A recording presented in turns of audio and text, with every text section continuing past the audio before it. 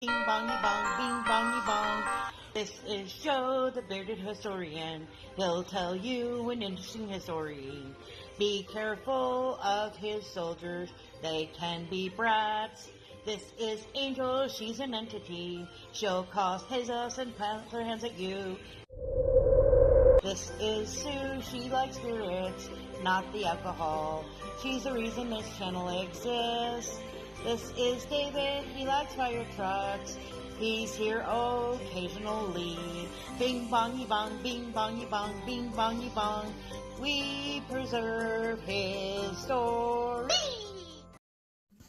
Welcome to Way Back Wednesday. It's a little bit late because, well, I've been working on stuff and I got behind and it's taken a while to get it done, but it's done.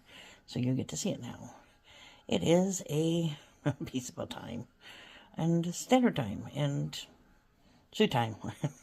I made that one up, just in case you didn't know. Are you ready? Here we go. Wait, what were we doing? Oh yeah, I remember. Shout out time. Here's a shout out just for you. You support me, so us for you. This shout is for our friends. Are you ready for it? Today's race is emojis because, well, I wasn't sure what would go with time. Set. I forgot to set it because I'm a genius.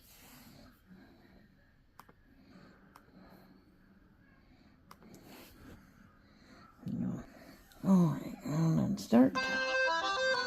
Alright, there's some stole. There's Amanda. Ron. Rye, Stay, Splendid. Scraping. Or scrapping, I should say. Gigantero, Keep Digging. Gloria. Jericho. Mark. Melinda. Stace. Patty. Ron Gaming, Spectral, Susan, Sunrise, Elaine, there's Peach back there, there's there's Rock, there's Crazy Train, JB, Not So Daily, To Eats is currently in the lead, there's Frugal, Carnival's coming from the back. Come on, Carnival, you can catch up. There's Bluegrass. There's Frugal. There's Moonsy. Oh, it's Rye. I know Rye. I don't know why you're all green, but that's okay. We'll make you feel better. Alright, this is Rye. This is welcome to my channel. I play all kinds of video games. Let's see, we got some GA5 here. And we got some lives, which of course is more GA. We got Food Simulator. Descent. So he is one of our gamers. I catch a lot of his lives. So if you like gaming, check him out. He's a wonderful guy. Like, share, comment. And have a good day. Enjoy our video. Are you sure? I think so. Alright. And here this big historian is going to tell you about time. Time. Space. Well, definitely space. Space of time? Well, if you have enough time, you definitely get to space. Do we want to go to space? I would not going into space. I think space would be kind of educational. Get to float around, pop into things. Do they have Boba in space? They should have Boba in space. The question is, does it fit? Sorry, I go there. I don't even know what that means. On to the education. On to the education, yes. Well, we looked at this happy little chart that my wifey was nice enough to draw up different ideas, and one of them actually is being debated a lot right now. And it deals with daylight savings time. But all of this happy organization came about due to an act that happened in 1918 called the Standard Time Act, or Calder Act after its sponsor. It would establish that standard time in the United States would be divided into 5 time zones created by the Interstate Commerce Commission in concurrences with zones that were previously established by the National Railroad System. Well, railroads were all over the country. Also dictated that on the last Sunday of March each year the clock be advanced an hour and the returned hour on the last Sunday of October of that same year in an effort to save fuel. It was considered and adopted after the outbreak of World War I during the first and second sessions of the 65th Congress. Well, the daylight savings time provision included the measure actually would get repealed just over a year after it was enacted. However, passage of the Calder Act during the 65th Congress was not particularly controversial. Supporters of the bill would argue that the time change would lead to a monumental fuel savings and help the country to catch up with their European allies and enemies who had already used the system. Now, again, opposition was minimal, but members expressed fear that a time change could cause logistical issues with railway schedules and seeing the bill as an attempt to change the laws of nature. Did not see it as a serious piece of legislation.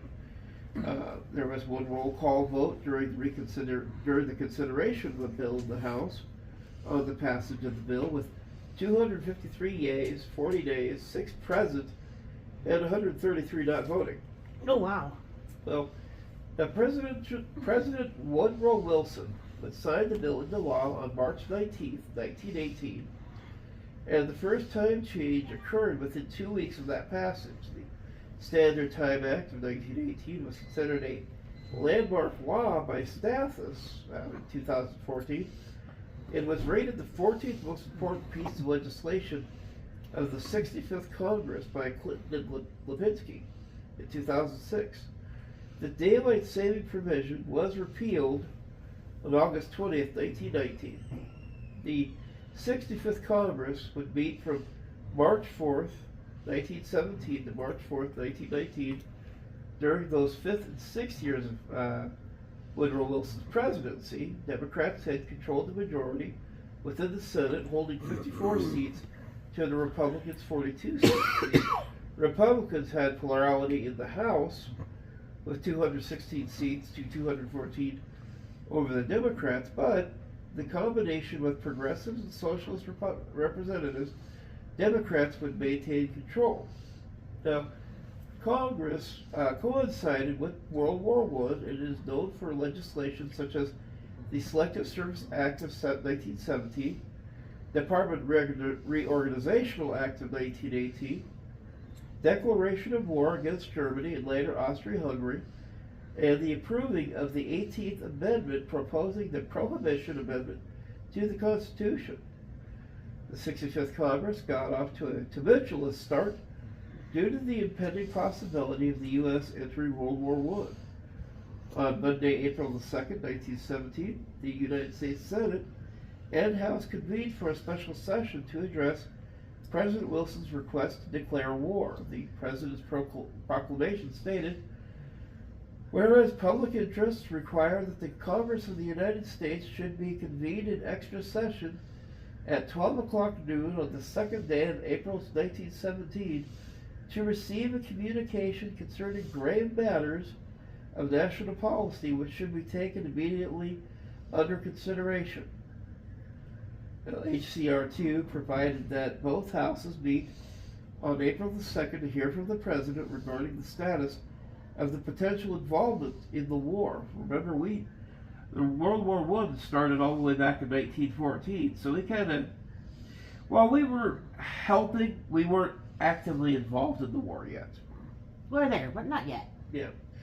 Following the address, SJR 1, which would officially declare war on Germany, was referred to the Committee on Foreign Relations. SJR was passed by the Senate on April the 4th and by the House of Representatives the following day. President Wilson would approve it on the 6th, officially involving the United States in the war. Well, as war was breaking out in Europe, nations were actively seeking ways to increase efficiency. Daylight savings time became a popular solution. Now, supporters argued that adjusting times to work hours better coincided with periods of natural daylight would increase productivity, result in health benefits, and cut down on costs associated with lighting and heating. This modern argument is most frequently credited over to the British builders, one William Willett, who unsuccessfully championed the concept from 1905 until his death in 1915. The daylight savings movement spread quickly over Europe, with the Germans first adopting it in late April 1916. Great Britain and other countries would follow suit the following month. hey, our enemies are doing it, let's do it too. All right, everybody in the line, we're gonna follow the sheeples. Right. The daylight savings movement went slower in the U.S., though, where it was combined with a federal effort to standardize time zones. 4 time zones had been established in the United States and Canada in 1883 by railroad magnates seeking to minimize confusion. Prior to its implementation, the railroad time zone plan, times varied across regions, resulting in over 50 separate schedules. I can see that. Alone. I'm not late, I'm right on time. Interesting enough, in May of 2016, during the first section of the 64th Congress, joint resolutions, I think that should be 1916, not 2016. Joint resolutions were introduced in both chambers of Congress proposing the creation of a commission to investigate legally standardizing time in the United States. Now, neither SJR 135, sponsored by Senator Francis Newlands of Nevada, nor HJR 229, sponsored by Representative Martin Madden, Republican from Illinois, were acted upon in the 64th Congress. Well, in 1917, in January, the National Daylight Savings Committee, don't you sound effective, hosted a 2-day convention in New York City. Now, during this convention, the committee announced the support for a plan that would establish a 5-month daylight savings period. This proposal was supported by both the American Federation of Labor and President Wilson. Legislation had been introduced in both the House and the Senate earlier in the month that combined the daylight savings period proposal with the establishment of 5 standard U.S. time zones, Eastern, Central, Pacific, and a 5th to include Alaska. Now, neither measure was reported out of committee before the lame duck 64th Congress concluded. By the start of the 65th Congress, 12 advanced democracies had adopted daylight saving policies by the time the bill was introduced in the Senate, including England, France, Germany, Italy, Norway, Sweden, Denmark, Holland, Portugal, Australia, Iceland, and parts of Canada. Love that. Yeah, Well, it's only parts of Canada. Only parts of Canada. Yep. The policy had initially been met with objection in England, but Representative Melville Kelly ensured the House that the policy was now seen favorably. With mounting costs and the disdain for the war, the bill's supporters found quick passage crucial as a means of not only increasing savings, but also getting on equal footing with both their allies and enemies on the issue. Now, Kelly, during the debate over House 267, included words of support from the American Federation of Labor and argued in favor of a daylight savings proposal due to numerous benefits.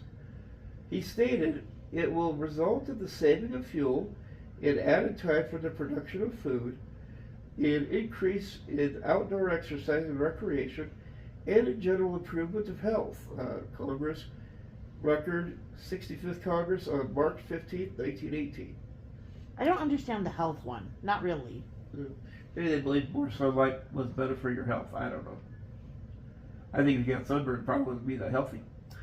But the Senate Bill 1854 was introduced by Senator William M. Calder, New York Republican, on April 17, 1917, and reported to the Senate Committee on Interstate Commerce. The report, submitted by the committee, emphasized and championed the potential benefits of such a measure during wartime. This report included the support of President Wilson, Harvard economics professor Thomas Nixon Carver, the president of the Pittsburgh Chamber of Commerce, and other influential figures. In it, Carver argued, it would be a great help to the movement for the increase of production of food if working men had an extra hour of daylight in the evenings for work in their gardens. An hour's work a day in the garden, if wisely directed, would produce an amazing amount of food. If wisely directed. Right. The report concluded with the opinion of the committee that the possible benefits are more than sufficient to offset the objections which have been presented. Now, Senator Joseph Robinson from Arkansas reported the bill with one amendment out of the committee on May 25, 1917. Robinson would request unanimous consent for the consideration of the bill on the morning of June 27, 1917, to which an objection was made by Senator Harry New from Indiana on the ground that the morning business be incomplete, and his request was denied. During the morning hour of June 27th, Robinson again requested unanimous consent for consideration. This time it was granted. The bill was read, debate commenced in the committee of the whole. Rotten A dog? second. Trying to keep from sneezing. No. The committee reported one amendment to the bill, adding that the act should begin to take effect after January the 1st, 1918, which was debated briefly and eventually met with no opposition. Well, the war ended in 1918, so I could kind of see, we're going to give this a short trial run. And then when the war is over, of course back then you never knew when the war was going to be over either. Now, it was debated briefly, met with no opposition. There was no major point of opposition within the Senate debate. Most members who questioned the bill were simply confused on the logistics of a time change. Senator Reed Smoot from Utah raised the question on how time change would affect railroads and whether or not they would need to reprint their timetables. Probably. The most significant point made in opposition to the bill throughout the debate. Now, proponents of the bill, namely Robinson, argued that after discussions with representatives from railroad companies, while it will occasion some little inconvenience in the view of the very large economic value which the bill has, the saving will result in fuel lights and the conservation of time for all classes of laborers throughout the country. The difficulty is more than offset by the advantages of the bill. Robinson also noted that the United States Chamber of Commerce was in support of the bill, and that numerous foreign countries had adopted a similar policy with little difficulty.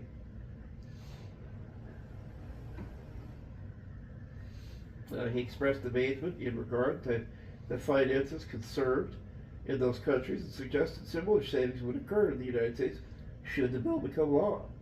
Well, when the morning hour ended at 2 o'clock, the presiding officer called for consideration of unfinished business, and the debate on Senate Bill 1854 was briefly halted. Robinson's request to continue the debate was met with no objections, and the debate continued briefly. Smoot noted that they had a great deal of correspondence upon the measure, and that 90% of it was all in favor of the bill. He then gave his support for the passage. The amendment provided by the committee was concurred in, and the bill was passed by voice vote. The Christian Science Monitor noted that the bill passed without the least sign of opposition. Well, after passage of the Senate on June 27, 1917, Senate 1854 was transferred to the House Committee on Interstate and Foreign Commerce on July 6, 1917. On February 9, 1918, in the second session of the 65th Congress, Representative Thetis W. Sims from Tennessee, chairman of the Committee on Interstate and Foreign Commerce, reported the bill with amendment out of committee to be referred to the House calendar. A month later, on the 9th of March 1918, Sims referred with a special order which provided for the consideration of Senate Bill 1854 to the House Committee on Rules. And on March 15th, Sims requested unanimous consent to bring up the House Bill 267 following a bill that was considered. Representative Otis Wingo from Arkansas, arguably the loudest opponent to the measure, questioned if the request practically gives the daylight savings bill privileged status on this day and objected to Sims' request, claiming that the Senate bill does not appeal to my sense of seriousness to agree even to a rule on that bill. What? Talking about getting angry. Somebody got angry noises? Angry noises. The special order was debated later that day. Representative Philip Campbell from Kansas urged his fellow representatives to act quickly on the bill As they've been too conservative on the issue, the bill was tardy in coming before the House. The terms of the rule provided that there would be order to consider the bill, which would then be considered amended under the standard House rules. It also provided for 1 hour of debate. This amount of debate time was discussed, and Sims suggested keeping the time at 1 hour and seeing how the discussion developed before extending any debate time. The previous question motion was requested and ordered on the resolution, and the rules agreed to, both via voice vote. The bill was then ready to be reported committee amendments, mainly to change the months of daylight savings from April to September to March to October in order to maximize the fuel savings. Some logistical changes regarding when the bill would take effect. And once debate began, a lengthy argument over the allotted time for debate occurred, with many representatives arguing over the rules and yielding the floor to one another and attempting to extend debate time in order to say their personal piece. Everybody's got to get their foot in the mouth. I want to talk. Once again, the primary question posed by opponents of the bill related to the railroad schedules. At the time change, only established in certain parts of Canada and not adopted at all in Mexico, members like Representative Phyllis Garrett in Tennessee questioned what effect will it have upon the international train schedules of those roads that run into Canada and Mexico in this country. Seems like it would make it smoother. Yeah, similar to the occurrence in the Senate, a lack of understanding and confusion over the potential benefits created the most opposition to the bill within the House debate. Wago once again commented on the lack of gravity and seriousness he thought the bill held. He remarked, "We should not be wasting our time on such bills, but should go on with the war finance bill, the great supply bills for the Army and Navy, and other measures for speeding up the war. While our boys are fighting in the trenches, we are here like a lot of schoolboys tinkering with the clocks." I mean, he's not wrong, but at the same time, he's also not right. Right. He also claimed the majority of the members arguing for the bill had not seen the sun rise in 20 years. We're vampires. Vampires. They're all vampires. We're all hiding inside. You can't go out in the sun. Sunlight. Wago concluded asserting the bill was to be for the relief of slackers in the nation who are too lazy to get up early, as many hardworking Americans would get up before the sunrise either way. Well, the supporters of the bill were able to combat the main arguments with the opposition with proof of its potential benefits and testimony from numerous opponents of the measure. Not only did nearly all of the United States' wartime allies and enemies adopt a time change measure, but the President, the Chamber of Commerce, the American Federation of Labor, and many other institutions strongly promoted the bill's passage. Representative John Rogers from Massachusetts discussed the possibility of energy and fuel cost conservation in his remarks about the successful time change, adopted in England, claiming it is said that in 1917 England saved nearly £3 million as a result of the daylight savings plan, and thereby released the equivalent in coal for her war vessels and for her war industries. And recalling the citizens of Great Britain singing the praises of the new daylight savings movement, this is noted in the Congressional Record. I have my doubts about that one. March 15, 1918. They must sing over anything. We got more butter for our bread. In response to the opposition's claim that the bill lacked a sense of seriousness, Representative Frederick Hicks. I love that they're just like, this is not serious, I'm not talking about it. It's not serious, I'm not talking about it. I know, it's like, we're just going to stand around and collect our paychecks. Well, Frederick Hicks argued that the full merit of this proposed legislation had been obscured behind the clouds of ridicule and lack of understanding some of the darkness which this bill seeks to eliminate. And those that claimed the bill is an attempt to alter nature responded, "This measure does not propose to change either the laws of nature or the habits of man, but it does seek to alter the conditions under which we work and play." I want to know how they thought this was going to affect nature. We're going to make Mother Nature, follow our clock now? Well, by changing the clocks forward or back an hour would not alter the actual time spent working, as the opposition questioned, but would just allow for work to begin when the sun rose and for more naturally lit hours of recreation after the workday was complete. Kind of like how, when we're out driving and all of a sudden I get to drive right into the sun. Yay, sun! Because guess what? Daylight savings started. Right. Or, in some of those places after the daylight savings effects, like when you have to look at the clock and go, okay, by 5 o'clock it's blackout. Right. I think it's funny that they're harping on the nature. Not habits, not anything else. It's just this is going to affect nature. And I'm like, no, it's not. No, it's not. We're not going to go up into the sun and say, you got to turn off now. Not seeing that It's just going to align our habits to more closely to the sun. Yeah. It says, after numerous submissions of postcards and letters written to representatives by their constituents in favor of passing the bill, the time for debate expired, and Sid moved to the previous question on the bill and committee amendments for the final passage. The previous question was ordered, and all committee amendments on the bill were agreed to by a voice vote.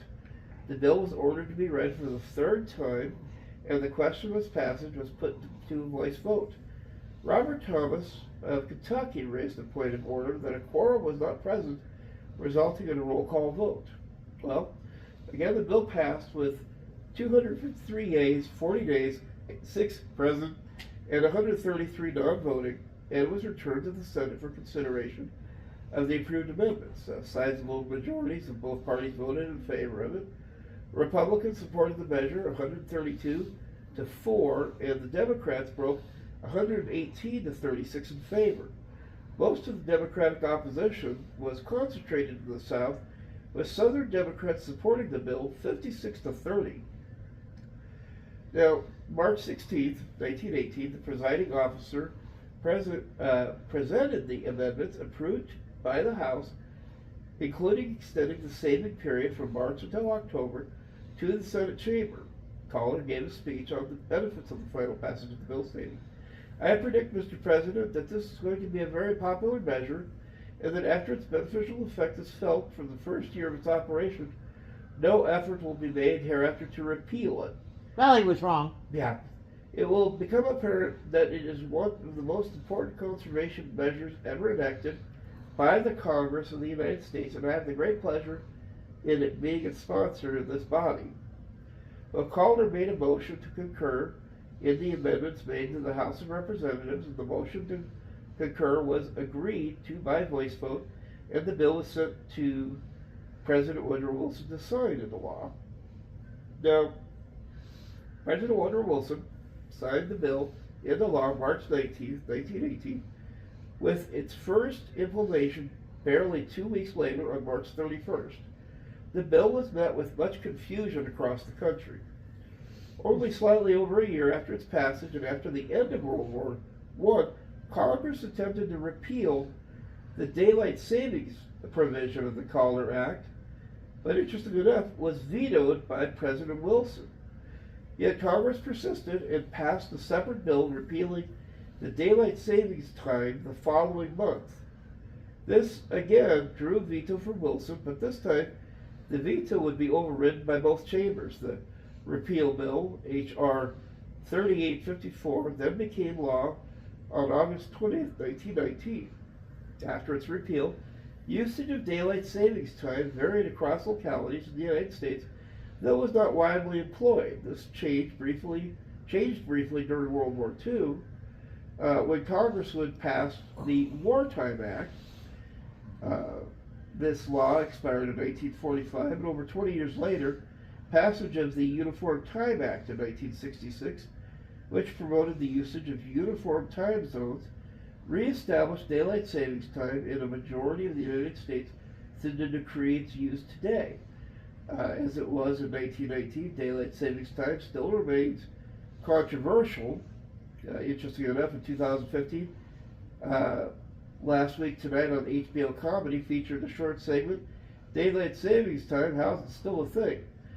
A substantial amount of scholarship has also debated the effects and merits of daylight savings. For example, Barnes and Wagner in 2009 performed a study assessing the impact of daylight savings time on the sleep and performance of employees and found negative effects caused by the time change.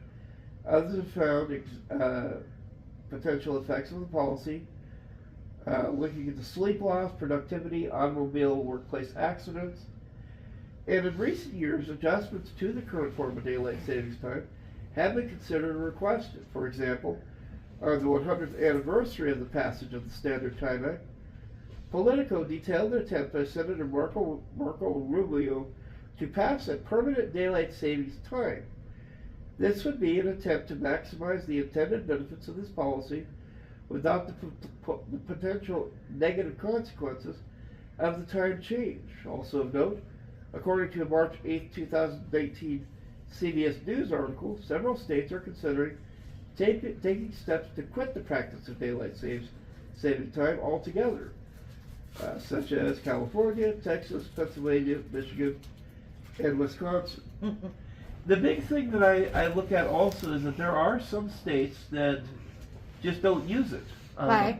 When we were both enrolled in the University of Phoenix, graduated. Yay! They didn't have it down there, and so it would get funny is that when I would send my articles in to be graded, I always had to remember that they were an hour off of what I was, even though they were in Mountain Time.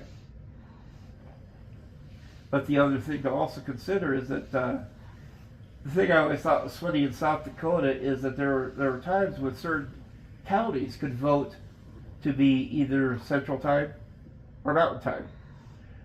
There's even one county here in South Dakota that is both. Right. And I can imagine that I'm going to cross the street. Okay, we'll lose an hour. Okay. But yeah, this was the date in history when they decided to make a major change in time and put it to the vote. And it sounds like it went back and forth about 4 times. So It's going back again. yes. I think the time zones sort of make sense because, progression of the sun, and it makes sense for that progression to be calculated in, the different areas of the world, 1 o'clock here isn't going to be the same as it is on the East Coast or West Coast. Right. And so that makes sense to me. But the standing the daylight savings time is something I just kind of like. So many places do without it that it's like maybe it's something we don't need anymore. Yeah, now that we're no longer constantly in a state of war, or the other thing I think is funny about time zones is that you think about a country, back when it was the big Russia, Mm-hmm. because they had one of the world's longest railways. They had the Trans-Siberian Railway, and if I remember right, if you went from one end of Russia to the other, you went through 11 time zones. That's kind of fun. That is a lot. Time travel! Here we go. And then we turned around and went back to Moscow. Well, guess what? You get to lose all those hours again. But the biggest thing I remember about jumping through the different time zones is, like, for example, if we go to winter from here, Right. you have to time that because you're going to lose an hour going that way. But on the upshot, when you come home, you gain that hour back. But this has been the Bearded Historian for another week of the Butt Files, and we will catch you guys next week. Really? Yep. Sure. Yep. How sure? Yeah, I'm going to time it. Oh, okay.